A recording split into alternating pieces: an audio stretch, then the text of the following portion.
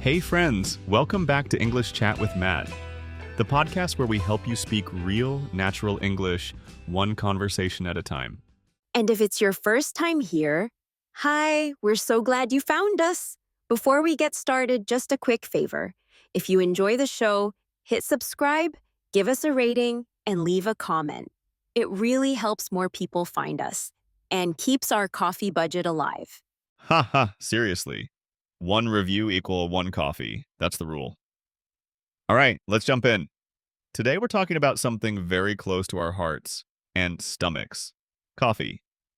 Olivia, how many cups have you had today? Uh-oh, already calling me out?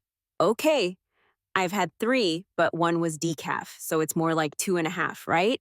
I'm already on my fourth, and it's only 11 a.m. No regrets, just jitters.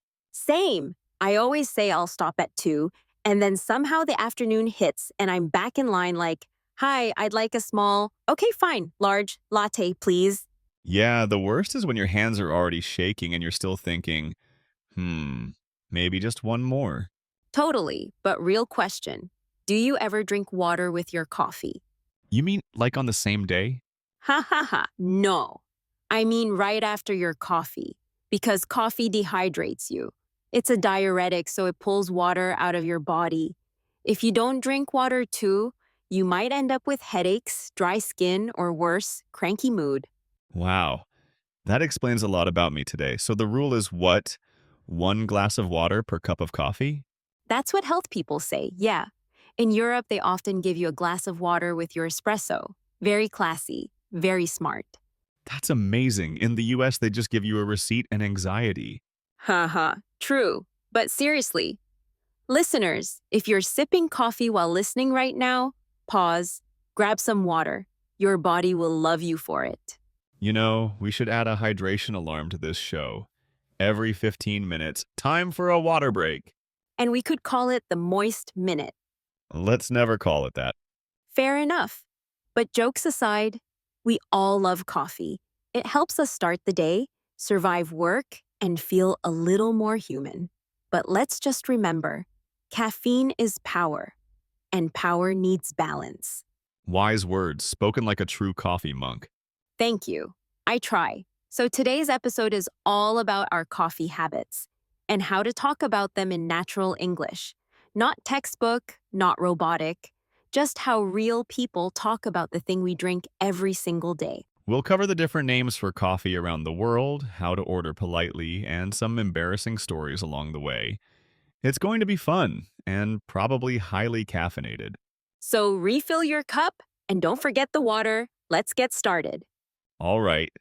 Thanks for staying with us. And if you're just tuning in, quick reminder, make sure to follow, rate, and share the show if you like what you hear.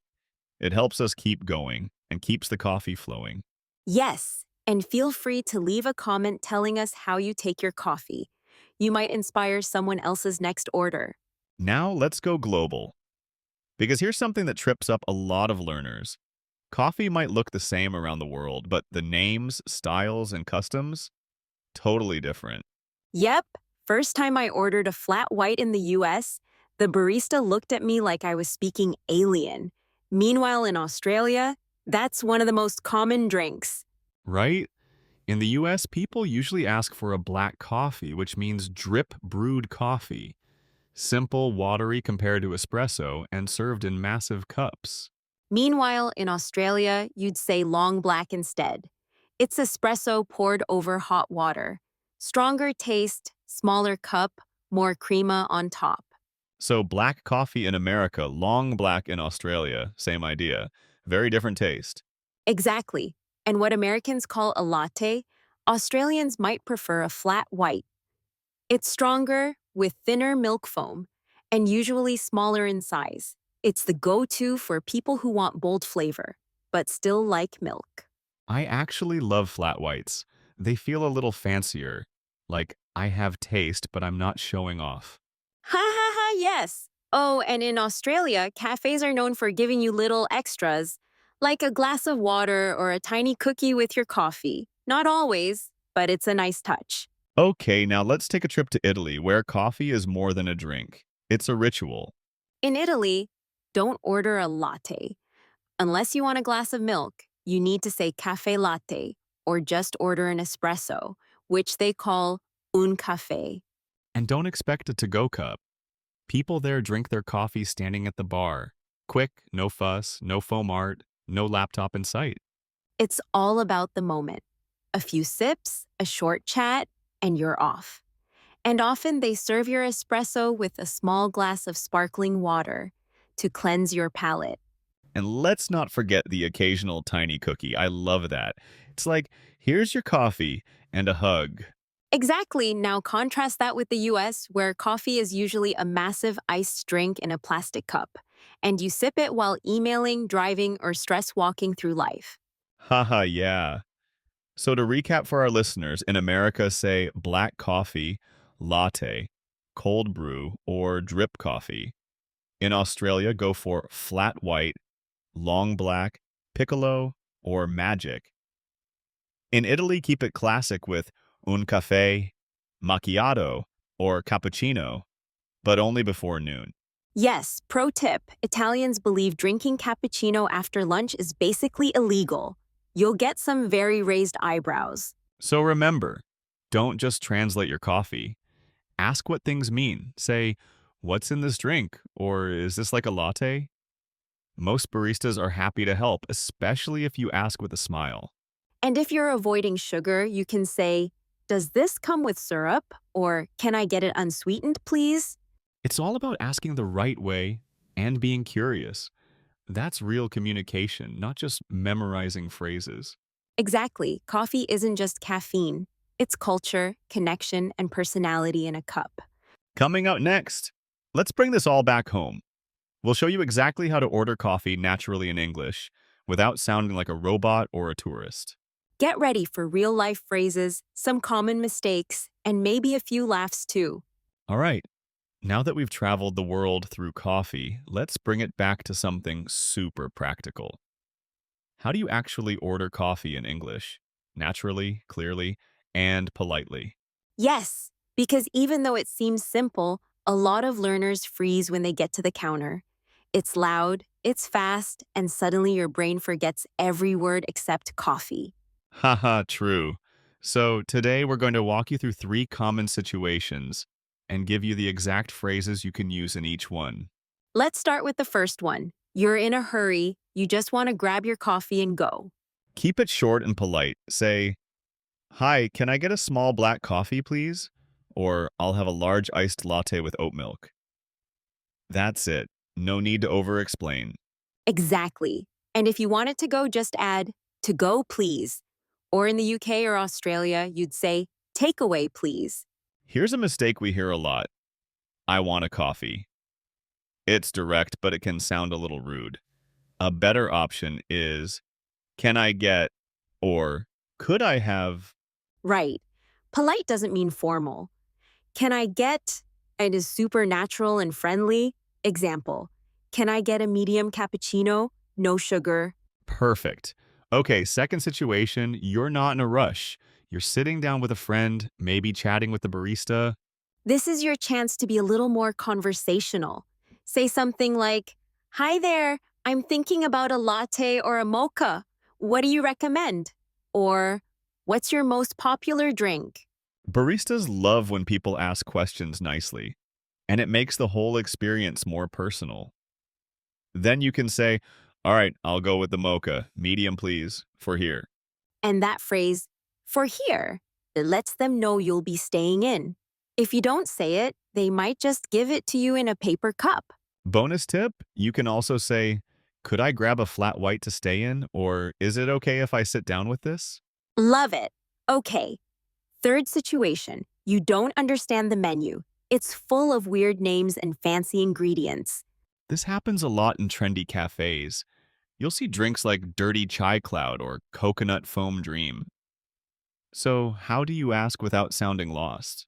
Try these. Sorry, what's in this one? Or, "I'm not sure what a magic is. Could you tell me?" And if you're trying to avoid sweet drinks, ask, is this sweet or does this come with syrup? And don't be shy. Baristas expect questions. Another one. What's the difference between a flat white and a latte? You'll probably learn something new. Here's a quick list of go-to ordering phrases for any cafe. Hi, can I please get a... Could I have a... I'll take the... What do you recommend? For here or to go? What's in this drink? Nice. And always end with thanks or thank you. It goes a long way, especially when they're working fast. Totally. Now let's do a super short demo. I'll be the customer, you be the barista. Let's do it. Hi there. Could I get a small iced Americano with a splash of milk to go? Sure. Would you like it sweetened? No thanks. Just plain is perfect. You got it? That'll be $4.25. Thanks so much. See, easy, friendly, and clear. And if you mess up, it's okay. Just laugh and say, oops, I meant cappuccino, not macchiato. It happens to everyone. Coffee ordering isn't a test. It's just a part of real life. And like anything, the more you do it, the easier it feels. Coming up next, we're talking about the rituals around coffee, how people enjoy it, what it means to them, and why it's way more than just a drink. You'll hear our weird habits, cozy moments, and maybe some confessions too. Stay with us. All right, we've talked about how to order coffee. Now let's talk about how we enjoy it. Because for most people, coffee isn't just a drink. It's a ritual, a daily rhythm, maybe even a small act of self-care. Yes, everyone has their own way of drinking it. Some people sip slowly, others chug it like it's medicine. But either way, it's often the most peaceful moment of the day. Totally. For me, I have this thing. Every morning, I sit by the window with my first cup, no phone, no music, just quiet. It's like a pause before the chaos begins. That sounds so peaceful. I'm the opposite. I like my coffee while walking around. I go out, get some fresh air, and sip while window shopping. It makes me feel like I'm in a movie, a very caffeinated movie. Haha, love that. And it's funny how everyone has their little routines. Some people always use the same mug. Others stir their coffee exactly 5 times. It's almost sacred. Right? I have this one mug that I never use when I'm stressed, only on slow, calm mornings. It's ridiculous, but also comforting. That's the magic of rituals. It's not just about the caffeine. It's about the moment. Even if it's 5 minutes, it feels like your time. And in different cultures, those rituals change. Like in Japan, coffee time is often really quiet and intentional. In France, people sit outside cafes for hours, slowly sipping and people watching. Meanwhile, in the US, it's often coffee to go, one hand on the steering wheel, the other on a phone call. And in Australia, brunch is practically a religion. You sit down, order a flat white, and chat with friends for hours. It's not just about drinking coffee. It's about connecting. Exactly. So for our listeners, ask yourself, what's your coffee ritual? Is it early morning silence? A walk to your favorite cafe? A break from work? Maybe it's just holding a warm cup while staring out the window, or even drinking decaf at night just to relax. By the way, then here are some great English expressions that describe that feeling. I need my coffee fix. This is my coffee moment. Don't talk to me until I've had my coffee. Classic. Oh, and don't forget, coffee in hand, confidence on. A day without coffee is like, just kidding, I have no idea. Haha, yes. But really, coffee is also emotional. It helps people feel grounded, focused, even creative. That's why I don't think it's about addiction. I think it's about attention. Coffee helps us slow down, even if everything else is fast. Beautifully said. And honestly, even the sound of coffee brewing can be comforting. It's like a soft little promise. You've got this. So true. And sometimes I talk to my coffee like, you and me, we're gonna survive this day. You know what? I do that too. And if anyone heard me, they'd probably call for help. Well, maybe coffee is therapy, warm, supportive, slightly bitter, like a good friend. So, listeners, we'd love to hear from you. What's your coffee ritual? Tell us in the comments. The weirder, the better. Or just tell us your favorite mug. Mine has a picture of a cat that says, perfect start. Mine says espresso yourself. Very original, I know. Before we wrap up, a gentle reminder. If you drink coffee, make sure to stay hydrated. Coffee can dehydrate you, so don't forget your water. Yes, one coffee, one glass of water. That's the rule. All right, coming up, we'll close today's episode with some fun coffee phrases, silly slang, and ways to talk about coffee beyond the menu. And we'll leave you with a little challenge, so stay tuned. All right, we've talked about ordering, rituals, and how coffee brings us comfort. Now, before we say goodbye, let's have a little fun with language. Yes, because coffee has inspired a lot of great expressions in English, from cute puns to everyday slang. Let's start with a few listener-friendly phrases. Here's one of my favorites. Wake up and smell the coffee. It means face reality or open your eyes. Example, your deadline is tomorrow. Wake up and smell the coffee. Ha ha, love it. Another one. Let's grab a coffee. Sounds simple, but it actually means let's chat or let's spend time together. It's often used in dating, networking, or catching up with friends. Then there's the pun category, espresso yourself. It's just a cute, funny way to say express yourself with caffeine. Oh, and decaf, no thanks. I'm not into fake relationships. That one's a joke. Don't say it seriously on a date. Please don't, unless you want to drink coffee alone forever. Also, a more practical one. Coffee break. It means a short break during work, often just to reset or breathe. Even if you're not drinking coffee, you can say, hey, let's take a quick coffee break. And if someone says, I need my coffee fix, it means they're used to coffee, maybe even a little addicted, and they're feeling tired without it. So, listeners, try using these phrases in real life. They're fun, natural, and a great way to connect with native speakers. Now, before we wrap up, we've got a little challenge for you. This week, go to a cafe and order your coffee in English. Use one of the phrases from today's episode. Bonus points if you smile while doing it. And if you don't live in an English-speaking country, no worries. Practice in front of a mirror or pretend your cat is a barista. Honestly, that sounds like a great short film. Also, we'd love to hear from you. What's your go-to coffee order? Do you have a weird coffee habit or morning ritual? Share with us in the comments. We read them all. And if you enjoyed this episode, don't forget to follow the podcast, leave a 5-star review, share it with someone who can't function without coffee. Or someone who's trying to learn English through real-life topics, like this one. Remember, your English doesn't have to sound like a textbook. It just has to sound like you, real, human, and growing.